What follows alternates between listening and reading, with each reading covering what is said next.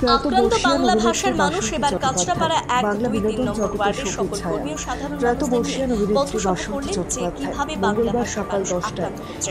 দিকে দিকে কর্মসূচিতে উপস্থিত ছিলেন পরিবারের তরফে জানানো হয় ক্যান্সারে বহুদিন ধরে ভুগছিলেন, আর সেই সঙ্গে ছিল বার্ধক্যজনিত সমস্যা। বয়স হয়েছিল আনুমানিক 88 বছর। অভিনেত্রীর মৃত্যু আপনি একটা দেখবেন বাস্তব জিনিস, আজকে যদি তৃণমূল কংগ্রেসে যদি রাস্তায় নামতো এরকম ব্যাপার নেই, মাননীয় মুখ্যমন্ত্রী মমতা বন্দ্যোপাধ্যায় আগে দিক দেখায় এবং সেই দিকটা দেখে কিন্তু আজকে কংগ্রেসও নেমেছে, সিপিএমও নেমেছে। আপনারা দেখেছেন কিভাবে বর্ণ পরিচয় সহজ পাঠ সেটাকে পার্সেল করে পাঠানো হয়েছে, কোথায় পাঠানো হয়েছে? BJP party office. কেন পাঠানো হয়েছে? বাংলার যে হেরিটেজ এবং কালচার আছে সেটাকে কেউ স্ম্যাশ করবে, কেউ মেনে নেবে না। আপনি বিহারে যাবেন, বিহারের কালচারকে স্ম্যাশ করবে, বিহারের মানুষ জনগণ মেনে নেবে না। আপনি বাকি কোনো প্রদেশে যাবেন সেখানে মেনে নেবেন না।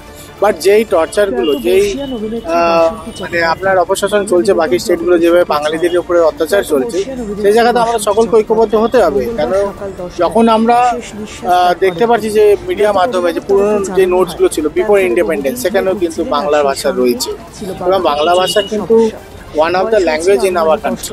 তো সেইটা আপনি কিভাবে অ্যাবলিশ করে দেবেন? এবং বাঙালিদের যে এই স্বাধীনতায় যে এত বড় ভূমিকা রয়েছে সেটা তো কেউ অস্বীকার করতে পারবে না। এতগুলো ফ্রিডম ফাইটার, আমাদের রবীন্দ্রনাথ ঠাকুর থেকে শুরু করে নিয়ে, আমাদের কাজী নজরুল ইসলাম থেকে শুরু করে নিয়ে, রবীন্দ্রনাথ ঠাকুর থেকে শুরু করে নিয়ে ক্ষুদিরাম বসু, আজকে জানেন ক্ষুদিরাম বসু আজকে আত্মবলিদান ছিল। তো সেই জায়গাটা আপনারা দেখতে পাচ্ছেন এত বছরে তার কিসের জন্য সে নিজেকে স্যাক্রিফাইস করেছিল, দেশ স্বাধীন পায় এবং স্বাধীন বাংলা যেন হয়, স্বাধীন ভারত যেন হয়।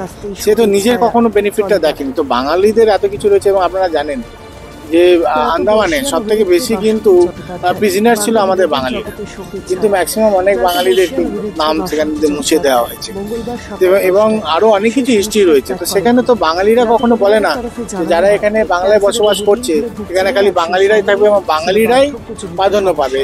এই বাংলায় এমন একটা প্রদেশ যেখানে মাননীয় মুখ্যমন্ত্রী মমতা বন্দ্যোপাধ্যায় তার স্কিম দৌড়ে দৌড়ে পৌঁছে দিয়েছে এবং প্রত্যেকটা মানুষ, প্রত্যেকটা দলের মানুষ তারা কিন্তু উপকৃত হচ্ছে, সে আমার দলের হোক বা বেদলের হোক। এসআইআর এর প্রতিবাদে আজকে এমপিরা যখন দিল্লিতে অবস্থান বিক্ষোভ করছিলেন, সেই জায়গায় যেভাবে একের পর এক মহিলা সাংসদরা আক্রান্ত হলো এবং টেনে হিচড়ে ফেলে দেওয়া হলো মিতালি বাগকে, এটাকে কি দেখুন? আমরা তো নিউজ চ্যানেল দেখি যেভাবে ট্রাম্প ইন্ডিয়ার উপরে হাবি হচ্ছে, সেই সেম জিনিস স্ট্র্যাটেজিটাকে ইমপ্লিমেন্ট করতে চাইছে মোদী সরকার এই আমাদের জনগণের উপরে।